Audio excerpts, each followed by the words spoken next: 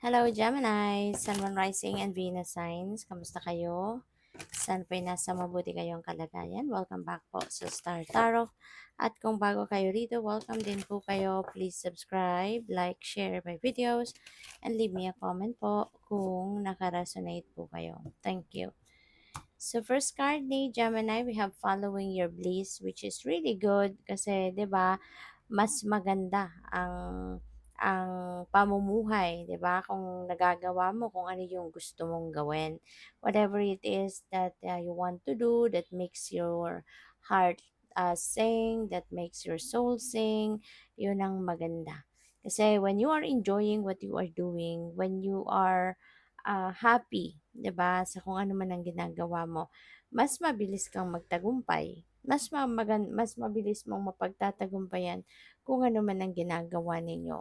At saka, kapag ginagawa ninyo kung ano man ang nakakapagpasaya sa'yo, that raises your vibration. At kapag mataas yung vibrational frequency ninyo, nagkakaroon din kayo ng malaking tsansa na ma-manifest ninyo kung ano yung mga minimithi ninyo sa buhay, ano yung mga desires ninyo. So we have starting fresh. Merong sisimulang bagong ganap si Gemini. You're starting something new in your life. Sabi din dito, a wonderful new beginning is blossoming in my life. Kaya meron ditong magsisimula. You are starting siguro a new job, you're starting um, a new career path, baka magsisimula kayo rito ng panibagong pagkakakitaan, baka merong income stream, na panibagong dadating, or kung ano pa, no, na po pwedeng sisimulan ninyo around this time. We have receiving angels, shimmering wings of angels embrace me with love. Ayan. So, maaring ramdam ninyo, Gemini.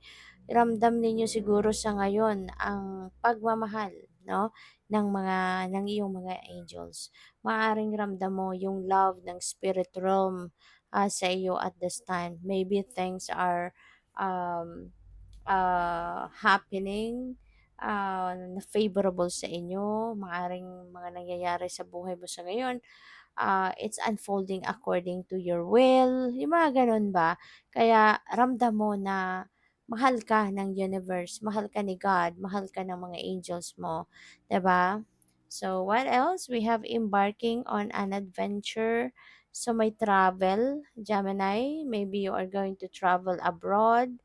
Um, Pupuwedeng ano 'to, yung biyaheng ito, pasyal, 'no? Maybe, merong mga iche-check off na kayo ngayon sa bucket list ninyo.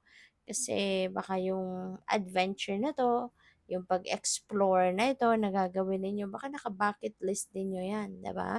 And ngayon maisa sa katuparan mo na. Kaya have fun and enjoy at, of course, 'wag kayong makakalimot na mag-ingat, 'no, sa bawat galaw na gagawin ninyo. So, by the way, maraming salamat for subscribing. And if you haven't subscribed yet, subscribe na kayo. And also, maraming salamat din for not skipping the ads. Malaking bagay po yan sa akin. Thank you. And also, please click the join button sa baba ng video kung gusto po ninyo na mag-join kayo sa membership. Salamat. So, the energy is gaining momentum. Ayan. So, you definitely, kaya nga kayo mayroong sisimulang bagong ganap sa buhay kasi feeling ko dito yung positive energy ninyo is oozing, no? Dahil siguro din na masaya ka, maaaring excited ka sa mga nangyayari sa buhay mo kasi nga favorable, no? Yung mga nagaganap sa buhay mo kasi ayan sinusunod mo kung ano yung makakapagpasaya sa no? You are doing things that are that makes you happy. You are doing things that makes your soul sing. We have what do you need to release. Siguro din, this is time as well, no, na siguro magninilay-nilay kayo, magmumuni-muni kayo. And this is one question na napaka-importanting sagutin ninyo. No, sagutin at hanapin mo yung sagot from deep within you na ano yung dapat ninyong i-let go, 'di ba? kung ano man ang mga dapat ninyong i-let go. This could be people, situations, things na sigurado kayong hindi nyo na yan napapakinabangan, or mga bagay na hindi naka-align sa goals mo, sa mga paniniwala mo, filosofiya mo, yung mga ganun, 'di ba? Kaya kailangan talaga na pag-isipan at pagmuni-munihan ang mga 'yan. Alright? Para ma-figure out ninyo kung ano yung whatever they are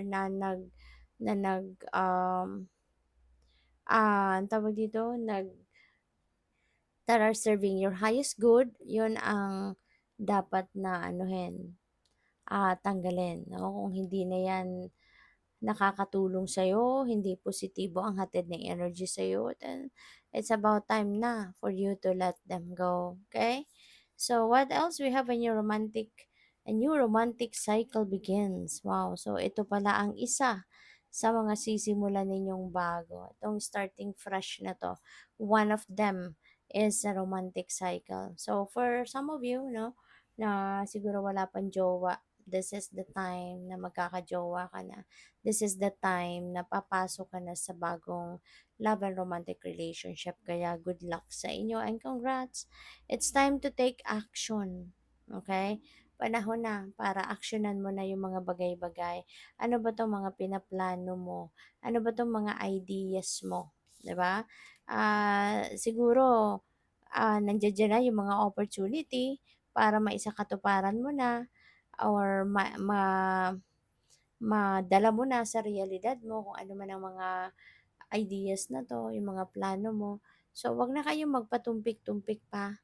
Okay, kung nakikita niyo na the opportunities around you are there na to support, 'di ba? Para maisakatuparan mo na 'to, gawin mo na. Gumawa ka na ng paraan. I-take advantage mo na yung mga opportunities na 'yan. Kasi remember that opportunities knocks but once, 'di ba? At tsaka hindi yan ipapadala sa'yo ng universe na opportunity na yan sa path mo if that is not meant for you. Kaya habang meron, no, habang merong pinadala na sa'yo ang universe, i-take advantage mo na yan. Kasi ibig sabihin nito, naka-align yan sa kung ano mga na mga plano mo or naka-align yan sa kung ano man yung mga gusto mo ng isakatuparan. Okay? Kaya take advantage of that, take action na. So, you're very close to achieving your goal. Maaring yung pag-a-action mo na lang sa specific na bagay na ito ang kailangan mo para marating mo na yung tagumpay, para ma-hit mo na, kumbaga, yung target mo. Kasi ito na, very close na. Napakalapit mo na. Maaring isang kembot na lang, ito na, ma-achieve mo na yung goal mo. Kaya wag ka nang magpatumpik-tumpik pa, wag ka nang magpapamamaya-maya na, 'di ba? Aksyonan mo na agad, gawan mo na agad ng paraan. Alright? Good luck. Thank you for watching. Love and light. Namaste.